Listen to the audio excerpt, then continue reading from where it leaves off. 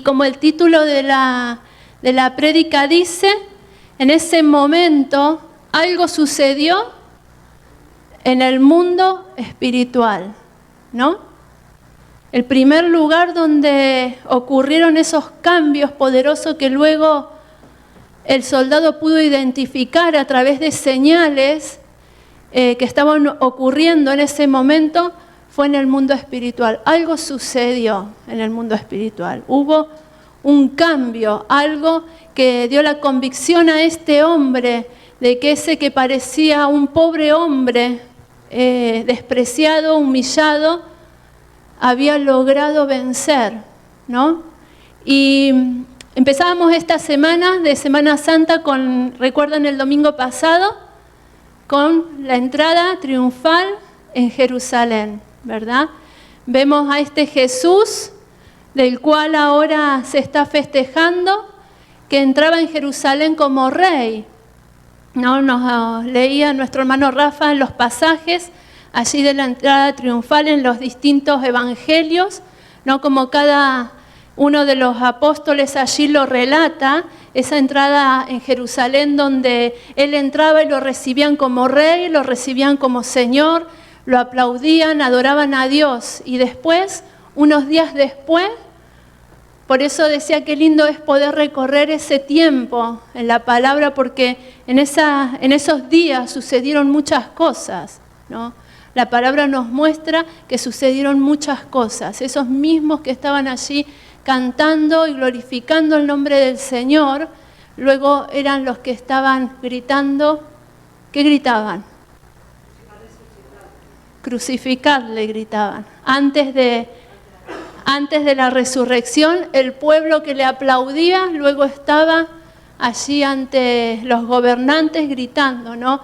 Empujados y arrastrados y creo que influidos unos por los otros, así como ese día podían alabar a Dios a través de la vida del Señor, ahora estaban gritando crucificadle, ¿no? Y me impacta ver esto, ¿no? Los cambios y la inestabilidad que a veces podemos tener en nuestra forma de ver a Dios, ¿no? Un día le podemos alabar y adorar y otro día allí ellos estaban queriendo matarlo. Saben, este soldado pudo llegar a reconocer a Jesucristo, y lo vamos a leer en Mateo, si buscamos todos en Mateo 27, 54.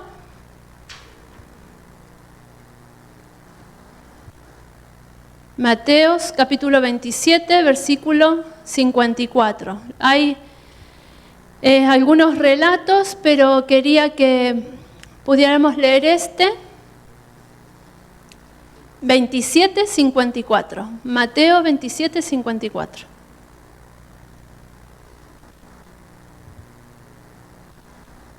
Quiero que leamos este versículo que dice: el centurión y los que estaban con él guardando a Jesús, visto el terremoto y las cosas que habían sido hechas, temieron en gran manera y dijeron: verdaderamente era Hijo de Dios. Saben que sucedieron cosas en el momento de la muerte del Señor. Dice que el velo del templo se rasgó. Dice que cuando uno lo lee en los evangelios, cada uno da distintos vistazos de lo que puede haber sido ese momento, ¿no? Dice que hubo un terremoto, dice que hubo muertos que resucitaron. Hay cosas que sucedieron, ¿no? Y estos soldados que no pertenecían al pueblo de Dios, que no pertenecían al pueblo de Israel, pudieron identificar en ese momento y decir: verdaderamente este era Hijo de Dios, por las cosas que estaban viendo que sucedían en el momento de la muerte del Señor. Aún no había llegado el día de la resurrección, pero en la muerte del Señor ellos ahí reconocen que había algo que había pasado que era sobrenatural, que era algo más allá de todo lo que ellos habían visto esos días. Esos días, por eso decía que lindo poder ver antes y después de todo lo que sucedió. Esos días quizá estos soldados habían visto todo lo que había acontecido a través de la vida del Señor. Cuando nosotros vemos gente como esta, normalmente su reacción no habría sido reconocer a Cristo como el Hijo de Dios, porque ellos están acostumbrados a la muerte, ¿no? Estos soldados están acostumbrados a llevar en aquel tiempo a los presos a la cruz. Era una muerte que padecían aquellos que habían cometido ciertos delitos, ¿no? Entonces ellos, y sabemos que hay personas que tienen este tipo de trabajo, pueden llegar a perder la sensibilidad al dolor, al sufrimiento y a la muerte, ¿no? Pero vemos que ellos identifican que Él era el Hijo de Dios. Esto es una declaración que en ese momento, con toda la opresión que había por reconocer a Jesús como el Hijo de Dios, les tiene que haber costado mucho poder decirlo y poder entender y poder reconocer en Jesús por el momento en el que estaban viviendo. Dice que la muerte de Jesús había tenido, el trato que se le dio al Señor como preso fue un poco inusual, ¿no? Los condenados eran llevados a través de una humillación, obligados a cargar con el palo transversal que luego iban a ser clavados en la cruz, y se les hacía pasar por medio de la ciudad donde eran humillados por la gente. Pero vemos toda la etapa del juicio y cuando el Señor es condenado, que no fue algo normal, ¿no? Vemos y la palabra nos relata que hubo en él un ensañamiento, ¿no? Nos dice Isaías que fue desfigurado su rostro, ¿no? Podemos ver que en el momento que el Señor tiene que ir a la cruz, era tal el estado de su cuerpo que él no pudo cargar con ese palo hasta llegar al lugar de la crucifixión. Nos cuenta de que él cae y una persona le obligan a ir en el camino con él y llevar ese palo en el cual el Señor iba a ser crucificado hasta el lugar, ¿no? Entonces vemos que el trato que se le había dado al Señor no era un trato normal, ¿no? Y estos soldados que ahora estaban reconociendo allí a los pies de la cruz que Jesucristo era el Rey y era el Señor, ¿no? Habían vivido todos estos días, habían visto que a un hombre se le condenaba a una muerte tan cruel y se le había dado un trato tan cruel e injusto solamente por envidia. Dicen que en el momento del juicio, Pilato una y otra vez les dice: yo no tengo nada en contra de este hombre, no tengo nada por lo cual condenarle a lo que ustedes me están pidiendo. Pero vemos a los fariseos, vemos a estos hombres que estaban ensañados en que él fuera crucificado, ¿no? En que él fuera a la muerte y muerte de cruz.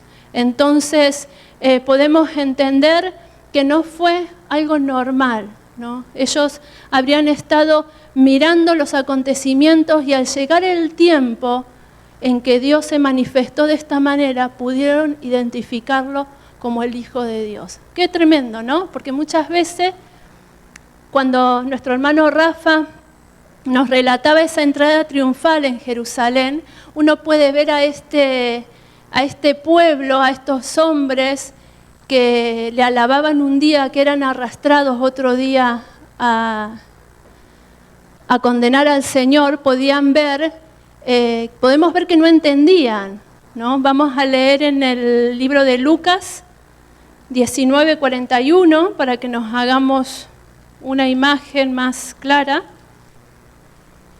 Este pasaje lo leía el domingo pasado y me impactaba, ¿no? Porque Dios, en Lucas, capítulo 19, versículo 41.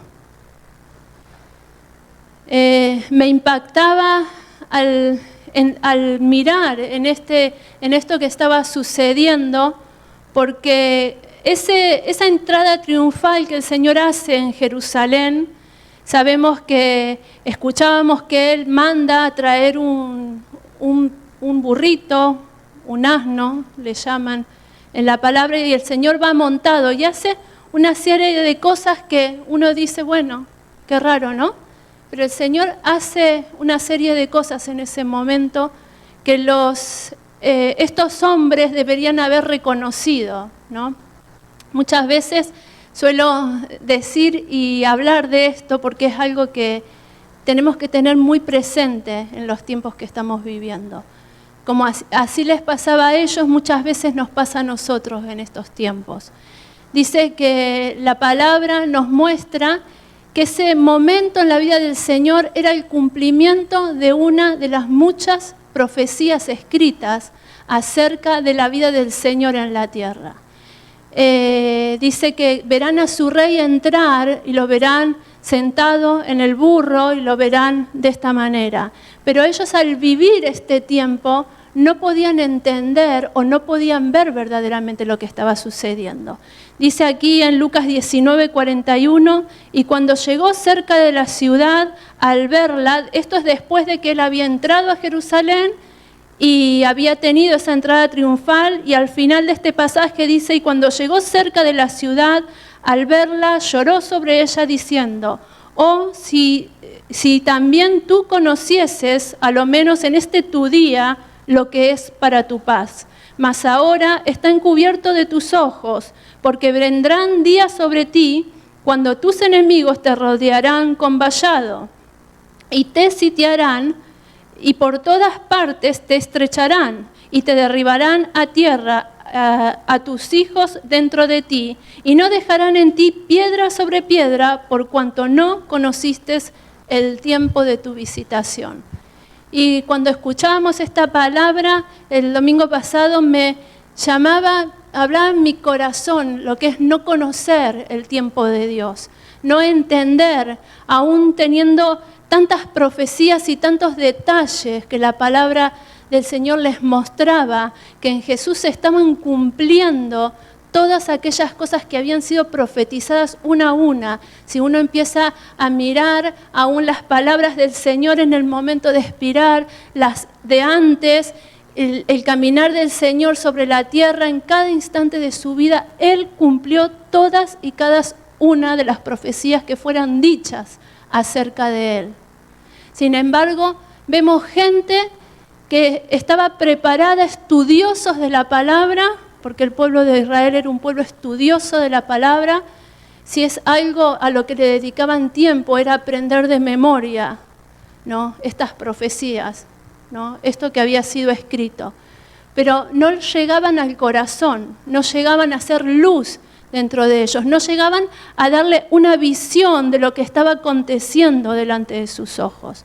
Muchas veces nos pasa a nosotros de que aún teniendo la palabra del Señor, no llegamos a ver lo que está aconteciendo delante de nuestros ojos, ¿no? Y yo pensaba en el por qué les sucedía a ellos de esta manera, por qué, siempre es algo que me llama la atención de por qué ellos teniendo este conocimiento tan claro de la palabra de Dios, estos fariseos, estos escribas, estos que arrastraron al pueblo a crucificar al Señor, eran expertos, conocedores de la palabra, no veían cómo delante de sus ojos cada una de las profecías y las palabras que durante tanto tiempo habían sido recitadas y aprendidas por ellos se estaban cumpliendo. Y no reconocían al Salvador. El tiempo de Dios dice aquí que vino sobre ellos y no lo reconocieron. Dicen, por cuanto no conociste el tiempo de tu visitación. El Señor hace esa entrada triunfal y al pasar alza los ojos y ve a Jerusalén y llora sobre Jerusalén porque el Señor está mirando el futuro de la ciudad. Sabía lo que iba a acontecer años después sobre esta ciudad. Entonces, al verla, llora sobre ella y les dice, no has conocido, después de tanto, no has conocido el tiempo de Dios, lo que se está cumpliendo delante de tus ojos, ¿no? Pero vemos aquí estos soldados que a través de un momento de haber visto el trato de injusticia que se le dio a Jesús y al ver la muerte en la cruz, enseguida ellos sí reconocieron que en Jesús había algo especial. Pero vemos a otros que teniendo todo el conocimiento no reconocían.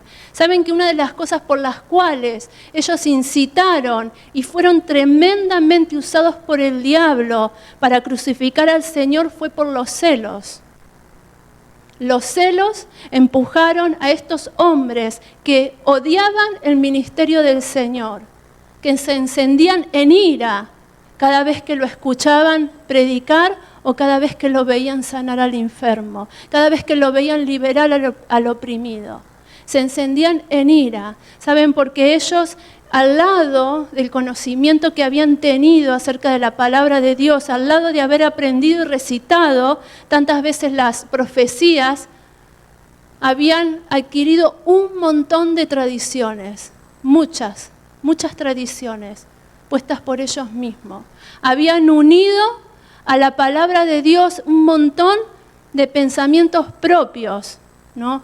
Y eso fue pólvora para el diablo, con una sola chispa los encendía en ira. Los celos es un veneno que consume el corazón de la persona, ciega el entendimiento. Los celos no te dejan ver la realidad. Y estos hombres por celo dice que entregaron a Jesús, porque no podían soportar que el poder de Dios estuviese manifestando sobre él, porque no lo estaba haciendo Dios de la manera en que ellos creían que iba a suceder. No aceptaban el gobierno de Dios tal como Dios lo había planificado, sino que querían que se sumara a ese montón de tradiciones. Entonces, cuando Jesús sanaba el día de reposo, ellos decían, este no es el Hijo de Dios, porque si no, no sanaría el día de reposo. Pero no se daban cuenta que Él era el Señor del día de reposo. Ellos no se daban cuenta de lo que estaba sucediendo. Y no es para machacar a estos hombres, porque estas mismas cosas que les sucedieron a ellos sigue sucediendo en el corazón del ser humano. ¿Saben? A mí me sorprendía a través de leer la palabra cómo estos hombres conocedores de la palabra fueron más usados por el diablo que los mismos romanos, que no tenían a Dios en su vida, ni adoraban a Dios, ni buscaban a Dios, ni aprendían de Dios. Fueron más usados. Hubo un ensañamiento por culpa de ellos, ¿no?, sobre Jesús hasta desfigurarlo, como dice Isaías, y llegar a la cruz de esa manera, ¿no?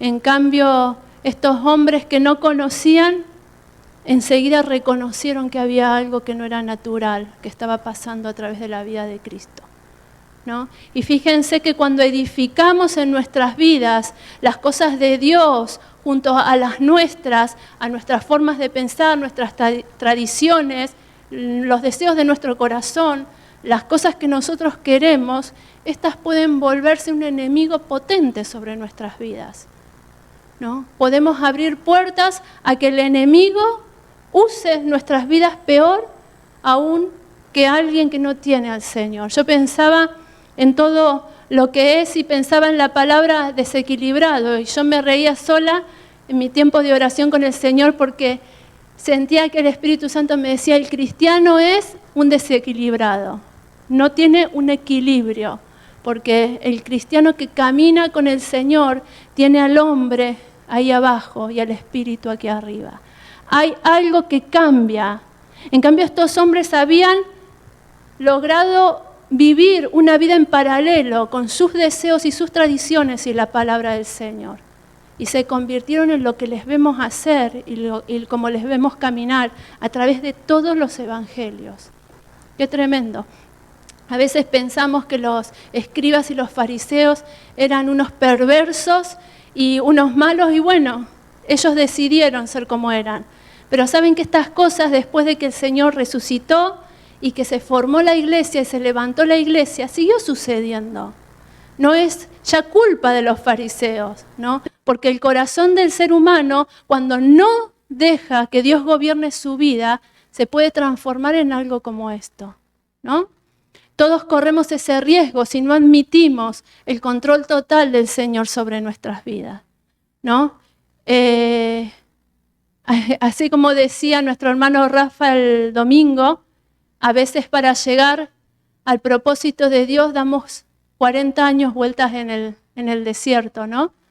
Cuando hay algo que tiene que ser rápido, porque no dejamos que Dios gobierne, no dejamos que Él tome el control, ¿no? A veces lo que el Señor nos está pidiendo es que entendamos y veamos. Y me sorprende que no hayan podido ver o entender el tiempo de su visitación teniendo tanto conocimiento, ¿no? El conocimiento sin el Espíritu no sirve de nada. Amén. Si no lo ponemos en práctica, dejando el obrar de Dios, no sirve para nada.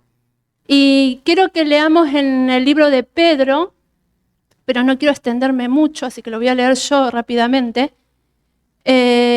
Dice aquí, quiero leer algo que sucedía en un momento, hay muchos ejemplos en la palabra, pero quiero leer algo que sucedía en las iglesias, por lo cual Pedro exhorta a la iglesia a prestar atención y a cambiar ciertas actitudes y ciertas formas de ver las cosas que había adquirido, ¿no? Entonces dice en Pedro 2, 3, del 1 al 4, dice: amados, esta es la segunda carta que os escribo, y en ambas despierto con exhortación vuestro limpio entendimiento, para que tengáis memorias de las palabras que antes han sido dichas por los santos y los profetas, del mandamiento del Señor y Salvador, dado por vuestros apóstoles, sabiendo primero esto, que en los postreros días vendrán burladores, andando según sus propias concupiscencias, y diciendo: ¿dónde está la promesa de su advenimiento? Porque desde el día que los padres durmieron, todas las cosas permanecen así como desde el principio de la creación.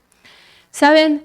Había rumores y había comentarios y había cosas que se movían dentro de la iglesia y que decían, bueno, la verdad es que el Señor verdaderamente murió y resucitó, pero a la visión que tenemos ahora de lo natural, el mundo permanece igual desde el día de la creación. No ha cambiado nada. Parece que el Señor tarda en cumplir lo que prometió, tarda en volver. La iglesia esperaba la vuelta del Señor, ¿no? Nosotros hoy esperamos el regreso del Señor, ¿verdad? Entonces, ellos se dejaron contaminar por estas cosas que se movían en aquel momento sin entender lo que se había logrado, que los cambios comenzaban en lo espiritual, que había un propósito por el cual el Señor todavía no había vuelto. Dice el Señor, en el versículo 9, dice: el Señor no retarda su promesa, según algunos la tienen por tardanza, sino que es paciente para con nosotros, no queriendo que ninguno perezca, sino que todos procedan al arrepentimiento. Qué tremendo es poder ver que nos lleva a entender que a veces hay que esperar, ¿no? Una vez que yo estoy dentro del propósito y el plan de Dios y estoy entendiendo el tiempo de Dios sobre mi vida, tengo que esperar el cumplimiento de esas cosas.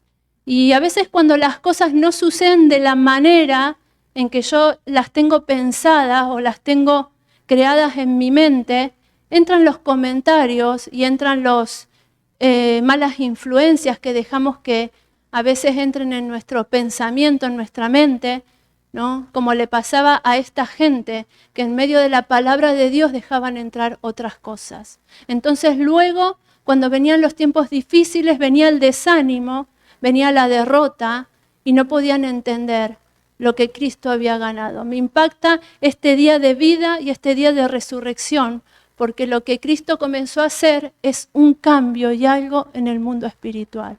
Y a veces en tu vida sucede que estás batallando con cosas y parece, yo pensaba en estos días, bueno, nos levantamos en oración por ciertas situaciones, nos levantamos a ponernos firmes, a buscar de la presencia de Dios, y seguido de todo esto vienen un montón de cosas que golpean nuestra fe, nuestro corazón. A mí me pasaba, les contaba recién, y estos días lo he podido vivir, en que había comenzado a luchar con muchas cosas, con mucha fe y confianza en que Dios iba a hacer cosas poderosas, y de repente parece como aquel día en el que el Señor murió. Yo sentí que todo en un momento se volvió oscuridad.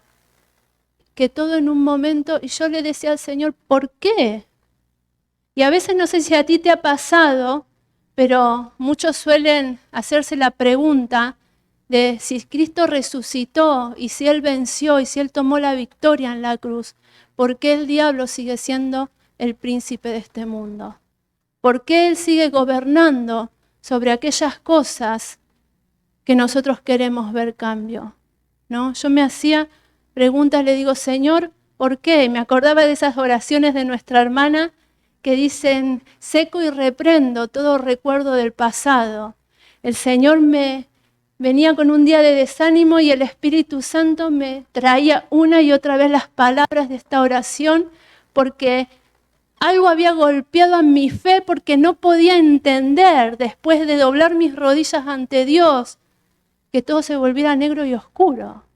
Pero saben que el día de mayor victoria para nuestras vidas, el día de mayor triunfo para nosotros, el sol se oscureció y el día se convirtió en noche en la cruz. El día de mayor triunfo, antes de que viniera la victoria, el enemigo se ensañó de tal manera con el Señor, se congregó para ver la derrota de Cristo allí en la cruz. Y lo que vio fue el día más glorioso de la historia del ser humano. No hay día más glorioso que este. No hay día más glorioso que este. Lo que pasa es que a veces nuestra visión del mundo espiritual está nublada, como estaban los fariseos, como estaba en los conocedores de la ley, los escribas en el momento en el que Jesús estaba haciendo un milagro y el odio y los celos crecían en su corazón. No podían entender que el reino del Señor no era de este mundo, que Él venía a establecer en los corazones de los hombres y que no iba a ser como ellos lo habían pensado. No podían entender el gran amor y la gran pasión que el Señor tenía por la salvación de la gente, sino que el odio les envolvía. Y a veces nosotros no nos envuelve un odio, porque no es así, no nos envuelve ese odio, ¿no? Ellos fueron usados por el enemigo y eso no va a volver a pasar. Pero ese odio que el diablo tenía por el Señor es el mismo que tiene por nosotros. Y cuando nosotros nos proponemos en que nuestras vidas ocurran cambios, porque ya no queremos ver ciertas cosas en nuestras vidas y nos ponemos a batallar en contra de eso, el enemigo se enfurece de la misma manera. De la misma manera. Por eso no es raro que a nuestro alrededor se oscurezcan las cosas. ¿Saben? El Señor me hablaba este tiempo y me decía, quizás es que no estás entendiendo bien que cuando oras por algo, algo sucede en el mundo espiritual. Algo está sucediendo en lo espiritual. Quizás no lo vas a ver ahora porque el tiempo para Jerusalén fue un tiempo determinado. El nacimiento de Cristo fue un tiempo determinado. Dice que en Gálatas 4:4 dice que Jesús vino cuando fue el cumplimiento del tiempo y vino en la forma en que fue profetizado, no de otra manera. Hay tiempo para cada cosa. Hay tiempo para cada cosa, pero ¿sabes que ese tiempo se puede retrasar cuando nosotros estamos perdiendo el tiempo? Y no estamos batallando, no estamos orando, no estamos confiando. Y retrasamos que ahí haya un cambio en lo espiritual. Tiene que haber un cambio, hay una lucha que primero ocurre como ocurrió aquí. Primero el Señor tuvo que morir. Si el grano no cae en la tierra y muere primero, dijo el Señor, no llevará fruto. Él tenía que morir para traer vida al mundo. Y a veces sucede que nosotros estamos queriendo ver primero en lo natural. Y el Señor me hablaba en este tiempo de decir, tenés que ver más allá.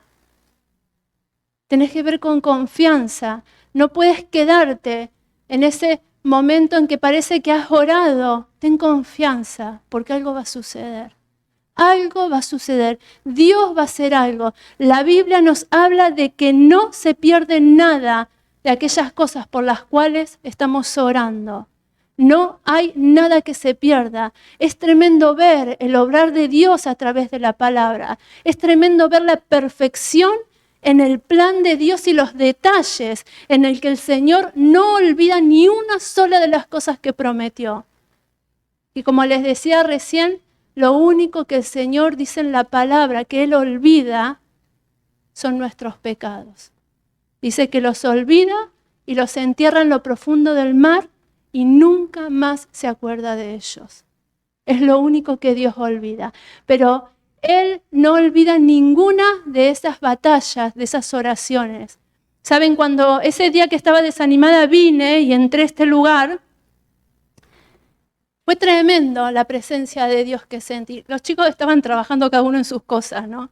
Pero cuando uno viene batallando y hablando con el Señor, un gozo inexplicable me inundó el corazón y el Señor me habló de una manera tremenda. Dice, no hay nada que esté perdido, tienes que ampliar tu visión un poco más lejos. No puedes ver lo que está sucediendo, pero cosas gloriosas están pasando. Cosas gloriosas están pasando donde no vemos, porque Dios es como la canción que cantábamos recién, algo está sucediendo. Justo, verdadero y fiel. Y este Jesús tan machacado que nos muestra aquí y tan desfigurado, no es el mismo en el cual ahora nuestros ojos ven. Y antes de finalizar, quiero que vayamos a un pasaje de Apocalipsis. Anita, Apocalipsis 5, lo buscamos todos.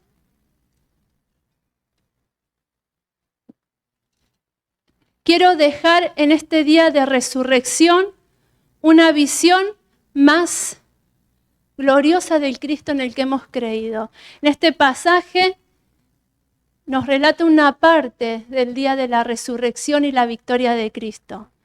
Y quiero que nos quedemos con este Rey de Gloria. ¿Sabes? Cuando uno lee Apocalipsis puede ver al Señor con toda su gloria. Y hay una descripción que se hace, hay muchas descripciones que se hacen acerca de Él, y no es un hombre desfigurado, es un Rey de gloria, pero también se hace descripción de los hijos de Dios, se hace descripción de aquellos que no han creído. Amén, Anita. El 5 lo leemos todo. Y vi en la mano derecha del que estaba sentado en el trono un libro escrito por dentro y por fuera, sellado con 7 sellos. Y vi a un ángel fuerte que pregonaba a gran voz: ¿quién es digno de abrir el libro y desatar sus sellos? Y ninguno, ni en el cielo, ni en la tierra, ni debajo de la tierra, podía abrir el libro, ni aún mirarlo. Y lloraba yo mucho, porque no se había hallado a ninguno digno de abrir el libro, ni de leerlo, ni de mirarlo. Y uno de los ancianos me dijo: no llores, he aquí que el león de la tribu de Judá, la raíz de David, ha vencido para abrir el libro y desatar sus sellos, sus 7 sellos. Y miré y vi que en medio del trono y de los 4 seres vivientes, y en medio de los ancianos, estaba en pie un cordero como inmolado, que tenía 7 cuernos y 7 ojos, los cuales son los 7 espíritus de Dios enviados por toda la tierra. Y vino y tomó el libro de la mano derecha del que estaba sentado en el trono. Y cuando hubo tomado el libro, los 4 seres vivientes y los 24 ancianos se postraron delante del cordero. Todos tenían arpas y copas de oro llenas de incienso, que son las oraciones de los santos, y cantaban un nuevo cántico diciendo: digno eres de tomar el libro y de abrir sus sellos, porque tú fuiste inmolado y con tu sangre nos has redimido para Dios de todo linaje y lengua y pueblo y nación.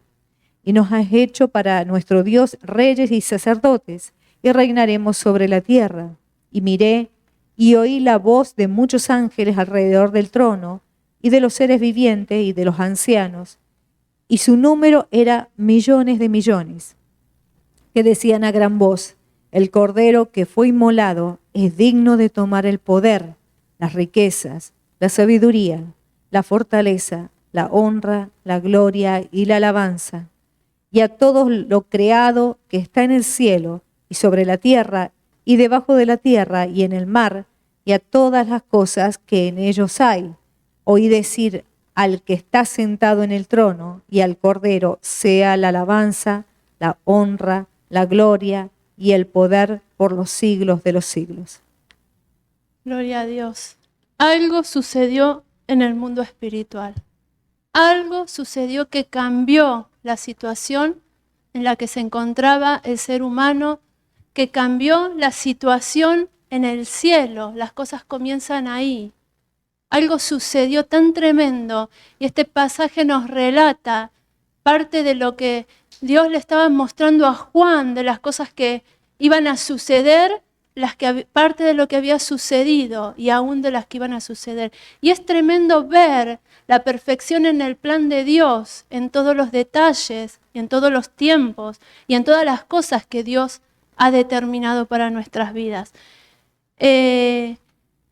Aquí, cuando uno ve que Juan, cuando lee los pasajes anteriores, muchas veces se lo ve al Señor presentarse delante de Juan y mostrarle muchas cosas y darle explicaciones sobre esas cosas que le estaba enseñando. Pero hay algo que me impacta en este pasaje que dice que Juan estaba parado ahora frente a este trono y en todo lo que la palabra nos relata. Y dice que ve a uno que tiene un rollo, que es un libro, en su mano, y dice que nadie se halló digno, ¿no? ¿Cómo leemos ahí? Dice que en el versículo 2 dice, y vi un ángel frente que pregonaba a gran voz, ¿quién es digno de abrir el libro, desatar sus sellos? Y ninguno fue hallado en el cielo, ni en la tierra, ni debajo de la tierra, que pudiera abrir ese libro. Y dice que cuando Juan ve esta situación, dice que empieza a llorar por lo que estaba aconteciendo. Dice que entró en él un llanto. Saben que él no necesitó quizás en ese momento que se le explicara lo que estaba viendo, porque lo reconoció en el mismo momento de verlo. Reconoció cuál era el significado del libro que llevaba este hombre, que llevaba el que estaba sentado en el trono, en su mano, ¿no? La Biblia nos muestra el pueblo de Israel cuando el Señor los llevó a la tierra prometida. Cuando entregó la tierra, les dio leyes sobre la posesión de la tierra, ¿no? Estas leyes decían que aquel a quien Dios había concedido, a la familia, a quien Dios había concedido esta tierra, no quería perder, Dios no quería que la perdiera, quería que siempre fuera posesión de esta familia. Por eso digo lo tremendo que es ver el plan de Dios en la palabra.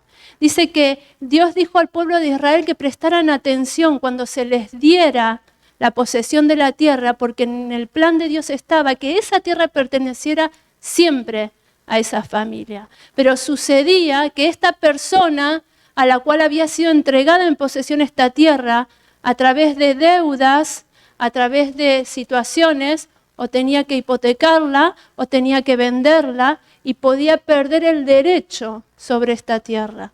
Entonces se creó esta ley que Dios puso para que la tierra siempre volviera a su propietario. Entonces se escribió un libro, que era un pergamino, un rollo, en el cual se escribía y se ponía un sello, y se escribía y se ponía otro sello, y se escribía así hasta finalizarlo, y se escribía una carta que no iba sellada, que era con las características de la persona que tenía el poder de redimir esa tierra, que tenía el poder de volverla a comprar, tenía que cumplir con un montón de requisitos para volver a ser dueño de esa tierra.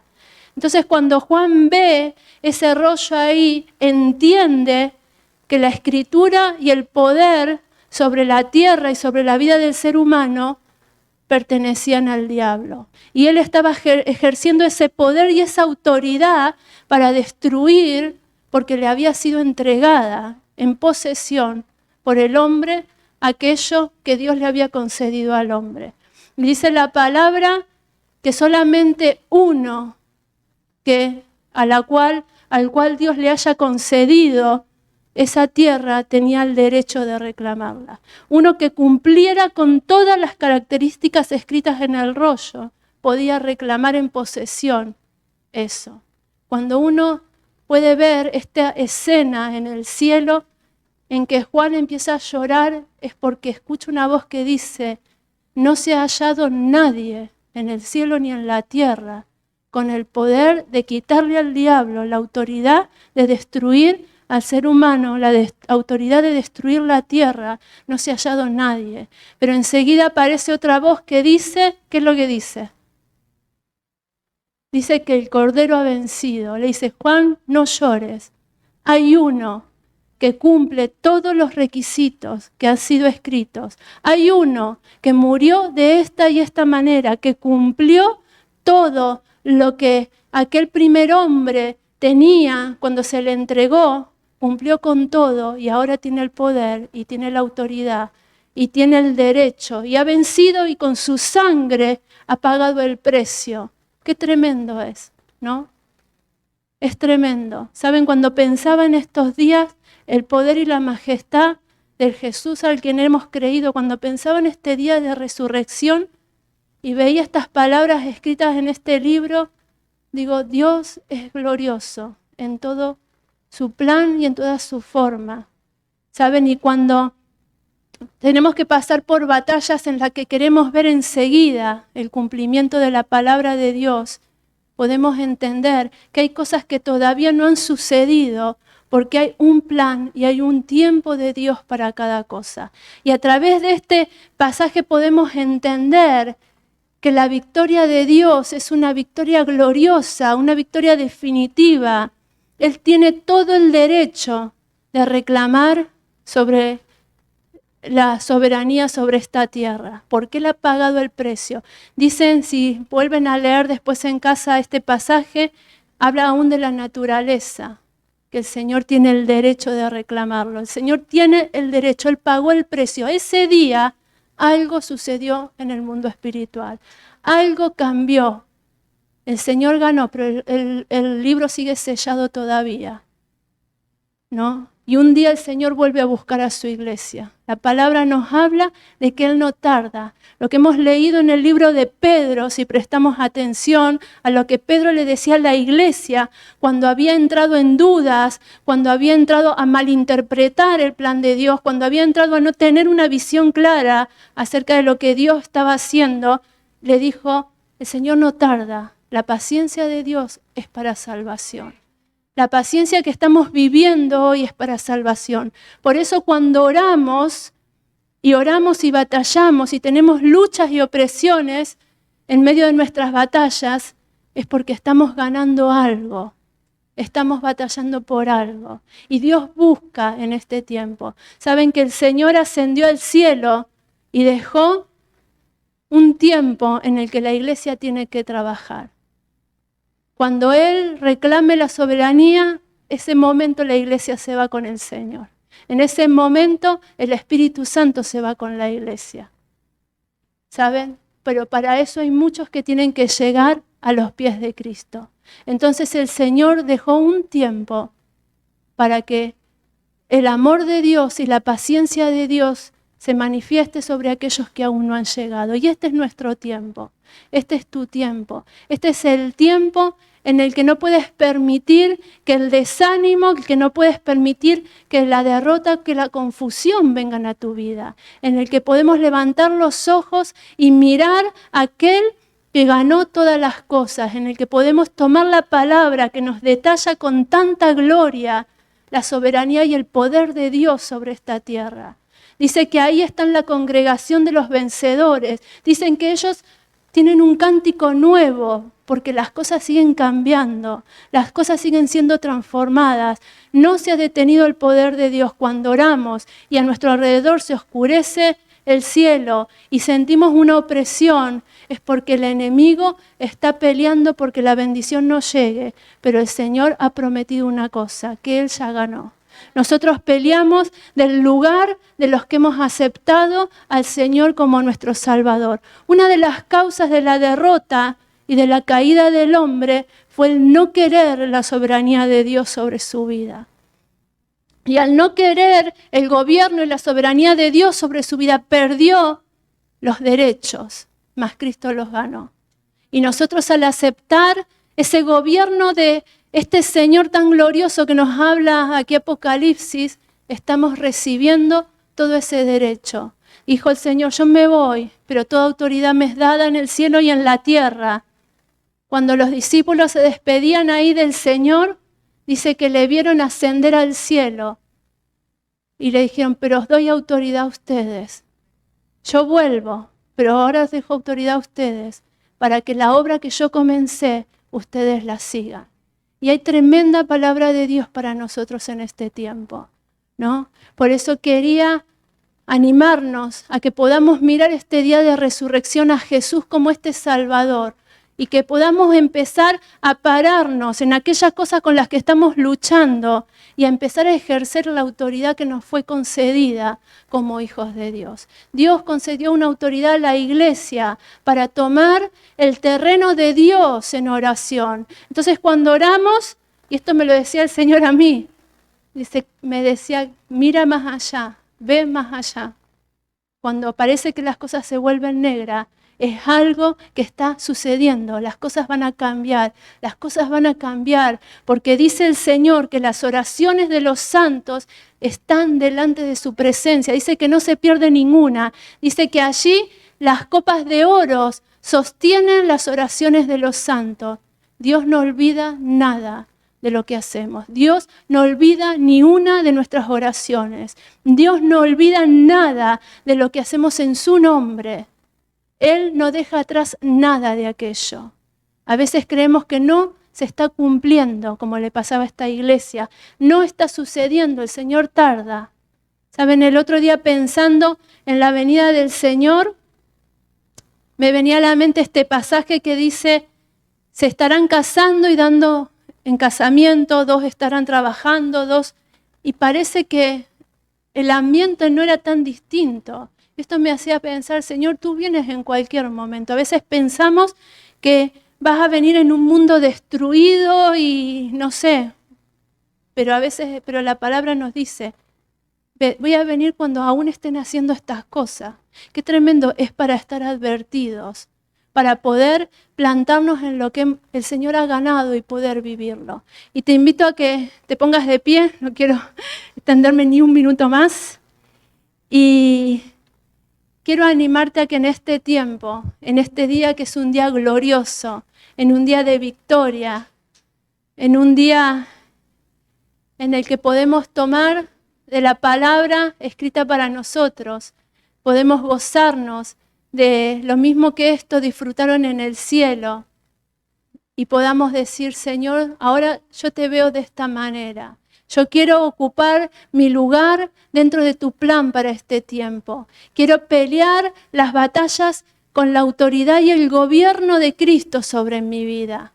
¿Saben? Hay algo muy tremendo que sucede en el libro de Jeremías.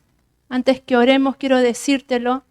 En el libro de Jeremías, Dios le habla a Jeremías y le dice, Jeremías, compra una heredad. No sé si lo han leído en Jeremías 32. Le dice, tú compra una heredad. Jeremías estaba profetizando que la tierra iba a caer y que iban a llevarse a todos, iban a llevarlos cautivos. Iba a venir un caos y se iba a destruir el lugar que Dios le estaba diciendo que comprara. Le dijo, Jeremías, compra. Tú tienes el poder de redimir esa tierra pertenece a tu familia. Dice que ahí se presenta a su tío y le dice, Jeremías, vengo a venderte la tierra porque tú tienes el poder de redimirla, ¿no? Y allí Jeremías entiende que esto venía de Dios y compra la tierra. Y dice, y guárdala en una vasija y séllala y pon la carta al lado para los requisitos del que la tiene que adquirir luego. Jeremías sabía que compraba una tierra en la cual no iba a disfrutar, pero sabía que la compraba porque Dios le decía, luego vienen los descendientes, van a volver a esta tierra, van a ser restaurados y van a disfrutar de ella. Y esta palabra nos habla de lo que está sucediendo. A veces vemos cosas y hacemos cosas y Dios nos muestra formas en las que tenemos que orar y perseverar, aunque no entendamos en ese momento, pero esto tiene un cumplimiento más adelante. Así como este acontecimiento en la vida de Jeremías estaba hablando del triunfo de Cristo en la cruz, de aquel que tenía el poder de redimir al ser humano, de pagar el precio. Así el Señor nos dice que muchas veces tenemos que pelear y ganar cosas que no vemos en el momento, pero algo está sucediendo en el mundo espiritual. Algo está cambiando y el momento en donde vamos a ver con nuestros ojos eso va a llegar. Pero aquel hombre obedeció en ese momento a lo que Dios le estaba diciendo. Y yo quiero animarte a que te pongas de pie hoy, en este día de resurrección, y le digas: Señor, yo me identifico entre estos, entre aquellos, entre los otros. Cada uno podemos identificarnos en un área diferente. Y decir: Señor, yo quiero estar en el lugar donde tengo que estar.